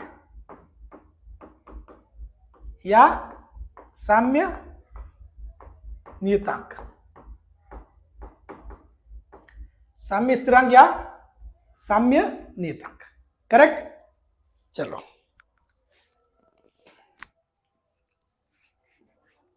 तो यहां तक बात समझ में आ गई, कोई दिक्कत नहीं। ये सब कुछ कहां से आया, अपने द्रव्य अनुपाती क्रिया नियम से। द्रव्य अनुपाती क्रिया नियम में ये बताया कि जो अभिक्रिया की दर है वो अभिकारकों की मोलर सांद्रता के समानुपाती होती है, और उसी हिसाब से अपन ने ये चीजें की है, ठीक है। जब समानुपाती का निशान हटा तो आपको दो नियतांक मिल गए, कौन से, एक तो पश्च अभिक्रिया का वेग नियतांक और एक अग्र अभिक्रिया का वेग नियतांक। और जो अग्र अभिक्रिया का वेग नियतांक है और पश्च अभिक्रिया का वेग नियतांक, इन दोनों का जो अनुपात है, अग्र अभिक्रिया का वेग नियतांक के एफ और पश्च अभिक्रिया का वेग नियतांक के बी, इन दोनों का जो अनुपात है वो किसके बराबर होता है, के सी के बराबर। के सी क्या होता है, साम्य स्थिरांक के बराबर। तो साम्य स्थिरांक क्या है, साम्य स्थिरांक या साम्य नियतांक वो क्या होता है, अग्र अभिक्रिया का वेग नियतांक बटे पश्च अभिक्रिया का वेग नियतांक, यानी कि अग्र अभिक्रिया के वेग नियतांक और पश्च अभिक्रिया के वेग नियतांक के अनुपात के बराबर होता है। कौन होता है, साम्य स्थिरांक, करेक्ट। ये बात ध्यान रखना। अब देखो, अब बात आती है गैसीय अभिक्रिया की स्थिति। गैसीय अभिक्रिया की स्थिति, साम्यावस्था नियतांक को गैसीय अभिक्रिया के लिए गैसों के आंशिक दाब के रूप में प्रदर्शित करते हैं। गैसों के आंशिक दाब के रूप में प्रदर्शित करते हैं। साम्यावस्था नियतांक को गैसीय अभिक्रिया के लिए गैसों के आंशिक दाब के रूप में प्रदर्शित करते हैं, ठीक है, साम्यावस्था नियतांक को।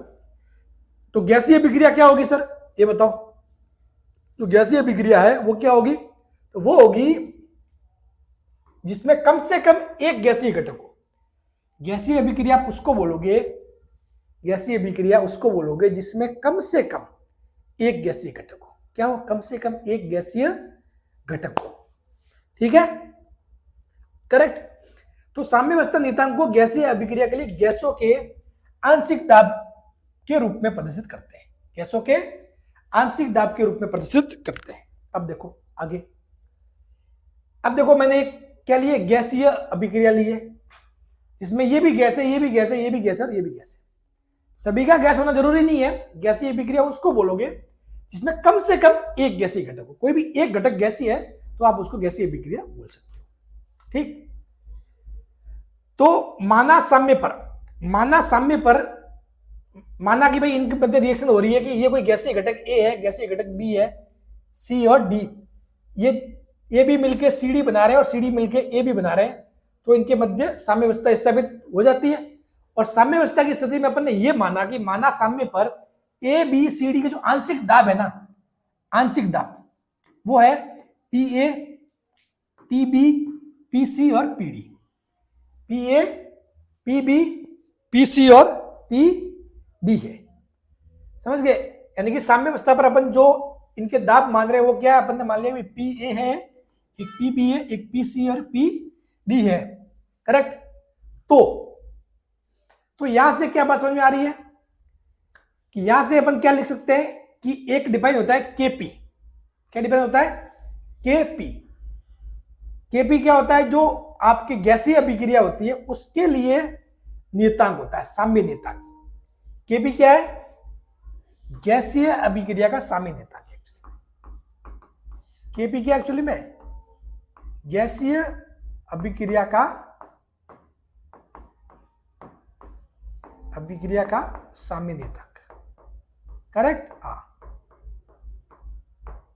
तो उसको लिखते हैं अपन केपी, लिखते हैं उसको, क्या लिखते हैं, केपी। केपी एक्चुअली में क्या हो जाएगा, केपी होता है उसी प्रकार, उसी रूप में है लगभग ये, पी सी की घात सी, ये वाला सी, पी डी की घात डी, पी ए की घात ए और पी बी की घात बी। ये क्या है, उनके आंशिक दाब है, ये क्या उनके आंशिक दाब। अब देखो इस चीज को थोड़ा सा अच्छे से समझते हैं। ये बता दिया कि भाई के पी बराबर पी सी की पावर सी, पी डी की पावर डी, पी ए की पावर ए और पी बी की पावर बी।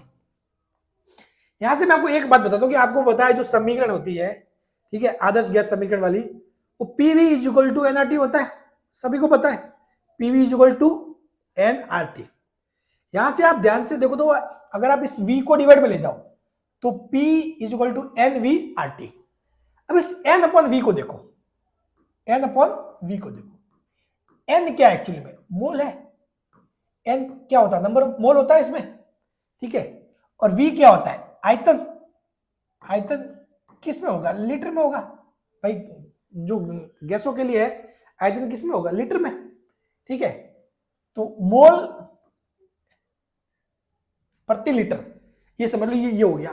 जो भी चीज है वॉल्यूम अगर किसी दूसरी चीज के डिपेंड कर दो, मोल अपॉन आयतन, ठीक है, मोल अपॉन आयतन या मोल प्रति लीटर। तो ये एक्चुअली में क्या होगा, ये अपने आप में किसको बता रहा है, सांद्रता को बता रहा है। किसको बता रहा है, सांद्रता को बता रहा है। भाई मोलर सांद्रता आपने ये तो देखी थी, कहा गया मोलर सांद्रता, मोल प्रति लीटर, मोल प्रति लीटर। और इसको किसको, इस कोष्टक के रूप में लिखते हैं, ठीक है। तो यहां से क्या हो जाएगा, ये एक्चुअली में क्या शो करेगा, सांद्रता को शो करेगा। तो यदि आप यही समीकरण आप पी ए के लिए लिखोगे कि पी ए का, यानी कि ए का जो आंशिक दाब है पी ए, उसको आप किस फॉर्म में लिख सकते हो, ए आर टी लिखोगे क्या, कैसे, क्यों लिखोगे, क्योंकि जब आप इस पी ए की बात करोगे तो पी ए एक्चुअली में क्या हो जाएगा, मोल, किसके मोल, ए के मोल, आयतन किसका, ए का आयतन, और आर टी ऐसे लिखोगे। अब ए के मोल बटा ए का आयतन क्या होता है, ए की सांद्रता। ए के मोल बटा ए का आयतन क्या होता है, ए की सांद्रता। तो पी ए कोष्टक ए आर टी। उसी प्रकार बी के लिए लिखोगे तो इसका आंशिक था पी बी कोष्टक B R T, P C कोष्टक C R T, P D कोष्टक डी आर टी, ऐसे हो जाएगा, सिंपल सी बात है, ठीक है। तो यहां से जब आप इनको इस समीकरण में रखो, इस समीकरण में इनको पुटअप करो, तो इस समीकरण में पुटअप करोगे तो पी सी की जगह क्या लिखना है, delta C R T, P D की जगह delta D R T, delta A R T और डेल्टा बी आर टी, ठीक है। अब यहां से देखो के पी बराबर क्या हो जाएगा, अपन क्या करेंगे भाई, ये कोष्टक सी की घात सी रह जाएगा, कोष्टक डी की घात डी, ये यहां रह जाएगा, पीछे रहेगा आर टी, तो आर टी की power C, R T into R T की पावर डी, ये होगा ऐसे, ऐसे होगा। इसको मैं थोड़ा आपको समझा देता हूं। अच्छा, तो ये आर टी की पावर सी, मैथ्स वालों को तो कोई दिक्कत नहीं है, थोड़ा बहुत बायो वालों को थोड़ा बहुत दिक्कत रहती होगी। आर टी की पावर डी बट्टे में ये आर टी की पावर ए इंटू आर टी की पावर बी। तो ये क्या होता है आपको पता है, वही फॉर्मूला कि भाई x की पावर m इंटू एक्स की पावर n होता है, तो x की पावर m प्लस n, यानी घातें आपस में जुड़ जाती है, तो ये क्या हो जाएगा, आर टी की पावर c प्लस डी हो जाएगा, आर टी की पावर c प्लस डी आपस में जुड़ जाएगी। इसी प्रकार नीचे ये a और b जुड़ जाएगा। अब आपको पता है एक चीज और होती है कि x की पावर m अपॉन एक्स की पावर n हो, तो एक्चुअली में ये होता है x की पावर m माइनस n। जब नीचे वाली घात ऊपर आती है तो माइनस में हो जाता है, तो नीचे ऊपर c और d का जोड़ हो जाएगा, नीचे a और b का योग हो जाएगा, तो c और d में से जब ये ऊपर आएगा तो C D minus A B, समझ गए, ये वाली बात, c plus D minus A plus B, ये वाली कंडीशन बन जाएगी, करेक्ट। क्या हो जाएगा, c plus D minus A plus B, ये वाली कंडीशन आपके बन रही है, ठीक है। तो अब देखो यहां से इसको अपने क्या लिखा, ये तो हो गया केपी, केपी बराबर केपी। ये क्या दिख रहा है पूरा, ये क्या बन रहा है, ये देखो ध्यान से, ये क्या बन रहा है, केसी बन रहा है, केसी बन रहा है, ये केसी तो है, ये देखो मैं आपको बताता हूं, ये देखो, ये केसी तो है, ये केसी, ये वही तो है, ये C C D D A B B, ये वही तो वहां बन रहा है, ये वाली कंडीशन। ठीक है, तो मैंने इसको क्या लिख दिया, केसी लिख दिया। फिर आर टी और C plus D minus A plus B को लिख दिया मैंने delta N, C plus D minus A plus B को लिख दिया मैंने डेल्टा एन लिख दिया। ठीक है, अब देखो यहां से हो गया केपी और केसी में संबंध आपके सामने आ गया, केपी और केसी में जो संबंध है वो आपके सामने आ चुका है। KP is equal to KC, KP is equal to KC R T delta N, KP is equal to KC R T delta N हो जाएगा। ठीक है, यानी कि डेल्टा एन क्या है यहां पे, गैसीय उत्पाद के कुल मोल माइनस अभिकारक के कुल मोल। डेल्टा एन क्या है, गैसीय उत्पाद के कुल मोल माइनस गैसीय अभिकारक के कुल मोल, ये वाली कंडीशन बन जाएगी। गैसीय उत्पाद के कुल मोल माइनस गैसीय अभिकारक के कुल मोल। आपको क्या करना है, ये सी और डी किसके है, उत्पाद के मोल है, कुल मोल सी प्लस डी, और ए और बी क्या है, अभिकारक के कुल मोल है ए प्लस बी। तो आपको उत्पाद के जो मोल है उसमें से अभिकारक के मोलों को घटाना है, उत्पाद के मोलों में से अभिकारक के मोलों को घटाना, लेकिन कौन से वाले लेने, गैसीय उत्पाद के, समझ गए, गैसीय उत्पाद के। अगर जैसे कि इनमें से कोई सॉलिड या लिक्विड है तो उनको काउंट नहीं करना है, समझ गए, सिर्फ गैसीय उत्पाद की बात करना है कि गैसीय उत्पाद के मोल। ठीक है, तो गैसीय में गैसीय उत्पाद के मोल और गैसीय माइनस गैसीय अभिकारक के मोल। ठीक है, बात होगी क्लियर। चलिए बढ़ते आगे। अब आपके सामने है कि केपी और केसी में संबंध, केपी और केसी में संबंध, केपी और केसी में क्या संबंध होता है। तो देखो बात आपके सामने है, KP is equal to KC R T delta N, KP is equal to KC R T delta N. अब आपसे एक सवाल पूछ लिया जाए कि भाई ये कोई समीकरण है CaCO3S सॉलिड, ठीक है, वो मिलके COS बना रहा है और सॉलिड है, और CO2 गैस के रूप में ये बना रहा है। तो इसमें आपके गैसीय अभिक्रिया कब होगी, जब मिनिमम एक घटक गैसीय होना चाहिए। तो आपको CO2 बन रहा है, जो कार्बन डाइऑक्साइड बन रही है वो गैसीय है। ठीक है, और ये जो चूना है वो सॉलिड है, ये चूना पत्थर जो भी है तो वो भी सॉलिड है। ठीक है, तो जब इसके लिए आप लिखोगे ना, तो दी गई अभिक्रिया के लिए केपी और केसी में संबंध ज्ञात कीजिए। तो आपको केपी और केसी में संबंध लिखना है, तो आप क्या करोगे, डेल्टा एन निकालोगे। यहाँ पे क्या निकालोगे, डेल्टा एन। डेल्टा एन बराबर क्या होगा, उत्पाद में कुल गैसीय मोल, उत्पाद में कुल गैसीय मोल माइनस अभिकारक में कुल गैसीय मोल, ये है अभिकारक में कुल गैसीय मोल। ठीक है, उत्पाद में कुल गैसीय मोल माइनस अभिकारक में कुल गैसीय मोल। तो यहां से देखो, यहां से बात निकल के क्या है, उत्पाद में क्या है, उत्पाद में क्या है, उत्पाद में इसका CO2 का सिर्फ एक मोल दिख रहा है। ठीक है, कितना दिख रहा है, CO2 का सिर्फ एक मोल दिख रहा है बस, और जो अभिकारक है उसमें तो कोई गैसीय मोल है ही नहीं, जीरो। तो क्या हो जाएगा, 1 माइनस 0 1, डेल्टा एन क्या हो जाएगा, 1 हो जाएगा। तो इस समीकरण के लिए, इसके लिए केपी और केसी में संबंध क्या हो जाएगा, KP is equal to KC, KP is equal to KC R T, यह आपके संबंध हो जाएगा, KP is equal to KC R T. Okay, बात हो गई क्लियर। चलिए बढ़ते हैं आगे। तो ये हो जाएगा केपी और केसी में संबंध। अब बात करते हैं, जो केपी है, केपी को अपन मोल भिन्न के संदर्भ में भी लिख सकते हैं। जो केपी है उसको अपन मोल भिन्न की फॉर्म में भी लिख सकते हैं। केपी को आप मोल भिन्न के संदर्भ में भी लिख सकते हो। मोल भिन्न के संदर्भ में लिखोगे कैसे, तो देखो मोल भिन्न के संदर्भ में लिखना मतलब, देखो एक होता है ए का आंशिक दाब PA, तो एक्चुअली में PA को अपन लिख सकते हैं XA into PT। X A into P T. P T क्या है? टोटल दाब है, कुल दाब। एक्स ए क्या है? ए की मोल बिन होती है। एक्स ए क्या है? ए की मोल बिन। ठीक है, यानी कि ये समझ लो कि ए के मोल बटा कुल मोल, इस टाइप वाली कुछ बात है। तो पी ए बराबर एक्स ए और पी टी, पी ए बराबर एक्स ए और पी टी गुणा में, ये आप पी ए का आंशिक दाब किसकी फॉर्म में लिख सकते हो? एक्स ए की मोल बिन और कुल दाब की फॉर्म में।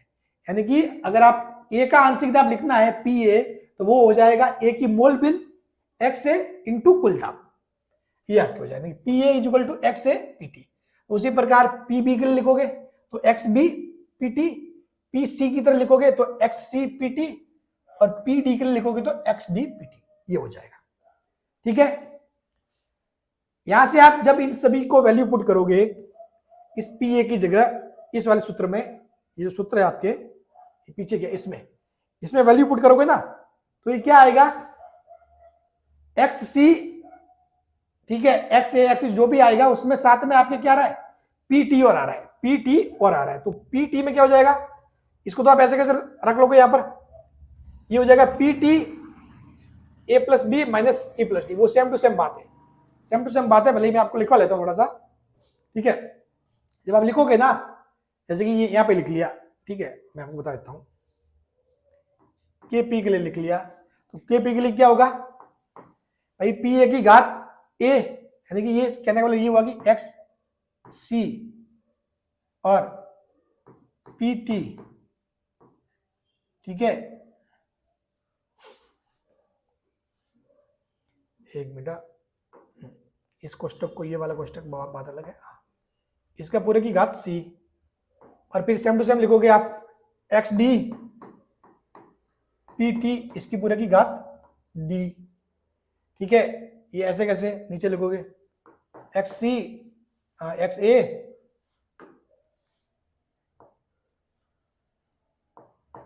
एक्स ए पी टी, इसकी घात ए, और एक्स बी पी टी, इसकी घात बी।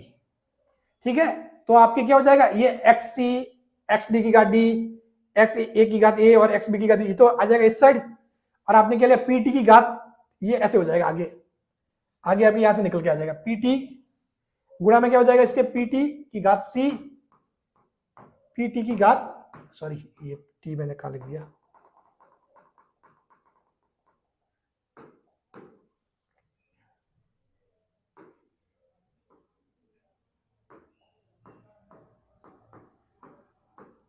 पी टी की घात सी, पी टी की घात डी, ये वही पी टी की घात ए, पी टी की घात बी। तो ये क्या हो जाएगा? ये घातें जुड़ जाएगी, सी प्लस डी हो जाएगा यहां पर, ये घातें ए प्लस बी हो जाएगी। तो यानी कि फिर वापस करोगे और घातक नियम से, तो C plus D minus A plus B, C plus D, sorry एक मिनट, हाँ यहां शायद ये अपने थोड़ा सा रॉन्ग लिख लिया है, सी प्लस डी माइनस ए माइनस बी, ये ऐसे लिखना था। ठीक है ना, इसमें ये थोड़ा सा,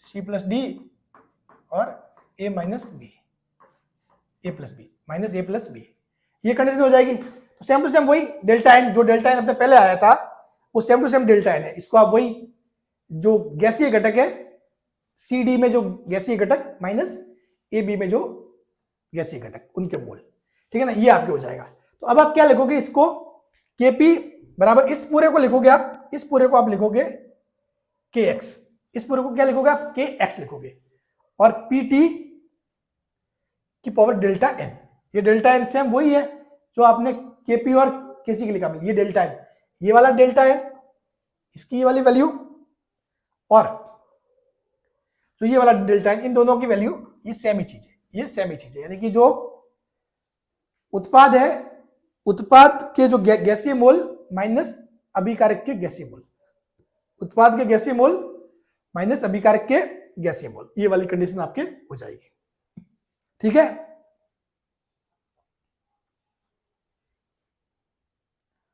ये देखो, तो ये Kp इक्वल टू के x PT delta n, C plus D minus A, ये सेम टू सेम कंडीशन वहां भी आएगी, सेम टू सेम कंडीशन वहां भी आएगी, ठीक है ना। हाँ, ये थोड़ा सा वो उस टाइम लिखते टाइम बाय मिस्टेक गलत लिख दिया, ठीक है। हाँ, तो C plus D minus A plus B. तो अब आपको सारी कंडीशन मालूम पड़ गई कि भाई KP और KX में, वैसे इस KX को जो मोल बिन की फॉर्म में, उसको इतना मतलब चीजें नहीं आती है, इससे संबंधित चीजें कम पूछी जाती है, ठीक है, इससे संबंधित चीजें कम पूछी जाती है, लेकिन आपको ये चीजें पता होनी चाहिए, ये चीज KP और KC में संबंध, ये तो आप रट लो, ठीक है, ये फिट रखना माइंड में। तो KP is equal to KC RT delta n, KP is equal to KC RT, ये मतलब ये उस सांद्रता वाला कोष्टक नहीं है, ठीक है, थोड़ा ध्यान रखना, ये इसकी घात वाला कोष्टक है, इसमें क्या बहुत बार कंफ्यूजन हो जाता है, वो कोष्टक और वो कोष्टक, ठीक है। ये लिखा ना यहाँ पर KP is equal to KC RT delta n, उसकी घात में, ठीक है, KP बराबर KC इंटू RT की जो घात है वो डेल्टा n है। इनका संबंध आपको पता रहना चाहिए, इसका संबंध आपको पता रहना चाहिए, करेक्ट। तो आज का अपना जो चैप्टर है, वो चैप्टर क्या, जो वीडियो है या जो भी सेशन है, क्लास है, वो यहीं पे समाप्त होती है, ठीक है। मैं आपको थोड़ा सा ओवरव्यू दे देता हूं कि अपन ने क्या क्या पढ़ा। अपन ने यही पढ़ा कि भाई अपने साथ एक चीज आई है KC, जो होता है साम्यावस्था नियतांक, और साम्यावस्था नियतांक आपके आया है RF, या फिर अपन ने वहां स्मॉल में लिया था RF upon weight KF upon KB, KF upon KB, यानी कि साम्यावस्था जो नियतांक है KC क्या है, साम्यावस्था नियतांक, KC क्या है, साम्यावस्था नियतांक है, वो बराबर होता है एक्चुअली में आपके अग्र अभिक्रिया का वेग नियतांक, अग्र अभिक्रिया का वेग नियतांक बटा पक्ष अभिक्रिया का वेग नियतांक, ठीक है, पक्ष अभिक्रिया का वेग नियतांक, इन दोनों का अनुपात होता है, क्या होता है, साम्यावस्था नियतांक, ठीक है, या स्थिरांक, साम्यावस्था स्थिरांक बोलो या नियतांक बोलो, वो क्या होता है आपके अग्र अभिक्रिया का वेग नियतांक बटा पक्ष अभिक्रिया के वेग नियतांक, यानी कि दोनों का अनुपात, अग्र अभिक्रिया के वेग नियतांक और पक्ष अभिक्रिया के वेग नियतांक का अनुपात क्या होता है आपका KC, यानी कि साम्यावस्था स्थिरांक। अब जो गैसीय अभिक्रिया होती है उनके लिए अपन लिखते हैं KP, तो एक्चुअली में KP है वो एक्चुअली मतलब KP is equal to KC RT की घात डेल्टा n, RT की घात डेल्टा n, ठीक है। और इस KP को अपन KX जो मोल बिन वाला जो है फॉर्मूला, उस फॉर्म में भी लिख सकते हैं, तो वो होता है PT घात डेल्टा n, करेक्ट। ये चीजें होगी, ये ओवरव्यू फॉर्मूले थे जो मैंने आपको चीजें एक बार बता दी, तो बाकी आपको अब समझ में आ गया। साम्यावस्था में आप काफी हद तक कुछ चीजें सीख चुके हो, जैसे जैसे अपनी क्लासें बढ़ेगी वैसे वैसे आपका साम्यावस्था वाला टॉपिक क्लियर होता जाएगा। क्लास कैसी लगी मुझे जरूर बताएं, और मतलब मजा आया, जो भी आपको जैसा भी फील हुआ हो अपनी तरफ से मुझे सजेशन जरूर दें, ठीक है। थैंक यू सो मच, मिलते हैं नेक्स्ट क्लास में।